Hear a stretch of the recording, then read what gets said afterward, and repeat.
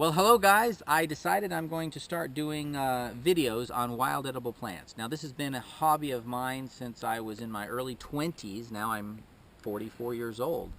And so what we have here is St. John's wort. Now I'm in California, Northern California, and it's interesting because I had a friend, his name was Les, and he would spend, I think it was $49 for this standardized bottle of St. John's wort down at a health food store in Chico.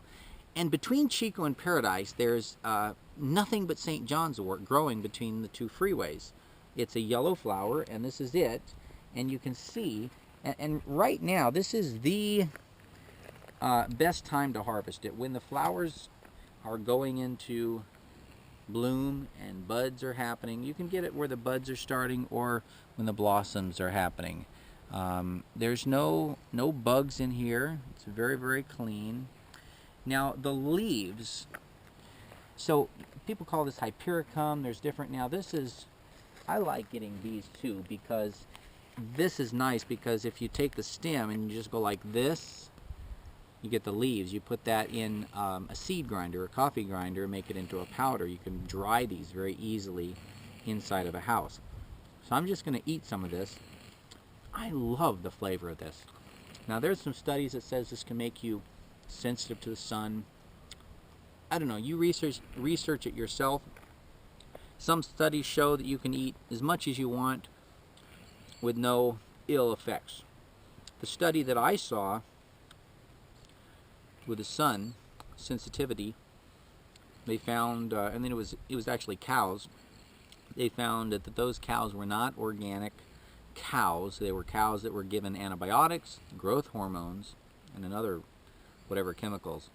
When you have growth hormones, you have those cows. The government allows usually up to 6 times more antibiotics are allowed for cows than humans. So you've got other chemicals that are interacting with this. This is a mood elevator. St. John's wort has been referred to as the alternative to Prozac. It stimulates endorphins in the brain. Now, I'm going to go ahead and eat some of this. My favorite way to do this, and I'm going to pick a bunch of this, we're going to take it back to the house, the Rock House Haven, and we're just going to run it right through the juicer with some carrots. And you get the fresh juice, and it gets the fiber out, and you have the fresh juice in this. And we're going to drink a bunch of that. Okay? Is it okay if you're in the video? Yeah. So Flynn here is the guinea pig. We're going to experiment with him and see if he's going to get happy. How you doing? We're going to see if he's going to get happy, okay? So guys, come with me. One thing that I did once, I picked a lot of this. I put it upstairs in our house where it was hotter in the loft. We could make in the garage up there if we clean that up, an area for drying. You put all the herbs up there, they dry, and then once they're dried, you kind of shake it and get the stem off and all the leaves go out. You make that into a powder. You can put those in capsules. You can make a tea out of it. I recommend 2 ways to get you can even snort the stuff if it's a powder. But basically you want to get the chemicals of this into your blood, into your body. Take the flowers off or not? You know, the flowers are fine. Okay. Leaves are good, so go ahead and eat some. And of course our mouth is like a juicer. You chew it up, you suck the juice out and swallow it, and spit out the fiber. Okay guys, so that is St. John's wort, and this is a video here on YouTube about St. John's wort. I've been working with St. John's wort for about 25 years, I guess, as a mood elevator and using it as an alternative or a substitute for what would some of the mood elevating drugs be out there that are on the market, from Klonopin to what? Prozac, Xanax, lithium, Xanax, Seroquel, yes. Ambien, Prozac, Lexapro, Remeron.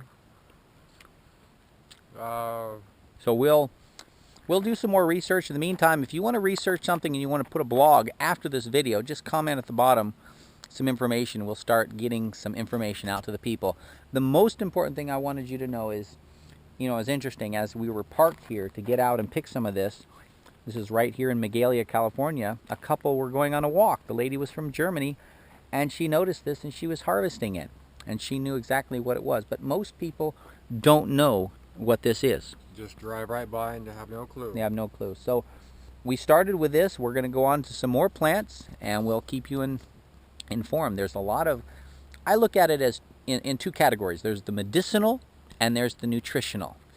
St. John's wort, how does it taste? Does it taste pretty good? It tastes fine. It's not that bitter at all. It's not that bitter at all. It tastes like sugar-free spearmint gum. Is about the best way I could say. Yeah, some herbs, you know, golden seal is really bitter. There's certain herbs that are really, really bitter. But St. John's wort is not one of those bitter, You're not going to gag bitter on it. You're not going to herbs. throw up off it. You can eat a lot of it. And there's little seeds. It's a great essential oil that you can get and derive from this. It's good for the skin. Antiviral, I can already feel it antifungal. working already. Are you feeling anything? Yes. Yeah, I've noticed too. Okay, God bless. Okay guys, so I'm here in the kitchen and here's the St. John's wort. I'm just going to add this clip to the end. We put a little bit of pineapple juice in the Vitamix blender. You need a strong blender to be able to do this. We blended some of the St. John's wort, and it's in like a paste, a little bit of pineapple juice in there, and I'm just extracting the juices out. You can also blend it a little bit, put it in alcohol, some sort of grain alcohol, vodka or whatever, which extracts, and then you can use droppers or little drops in water or under the tongue to be able to get the chemicals, the properties that are in this plant into your blood, into your body. So again, you can make a tea, which is an infusion. You can make a decoction, which is to low temperature steep it or cook it and make a tea that way. So again, a tea, you can dry it, make a powder, put it in capsules, or just put the powder in juice, in carrot juice. Or what I'm doing right now, I just blended some pineapple juice with it, and that's what we have here. So I'm going to now take a glass and put it in here. We could strain it again, but that's going to be some pretty potent St. John's wort juice. And I'm going to have a little bit, and then I'm going to give some to Flynn here and get a video of Flynn drinking this. So, all of it? Well, I'm going to drink some first, and let's see here. Yeah, what's it taste like? If that doesn't do something, Tastes fine. nothing will. Come over here under the light. Tastes like a little bit of broccoli and lemon lime. Yeah. Anyway, check back with me in an hour or half hour and tell me how you feel. I will, thank So you. you're happy.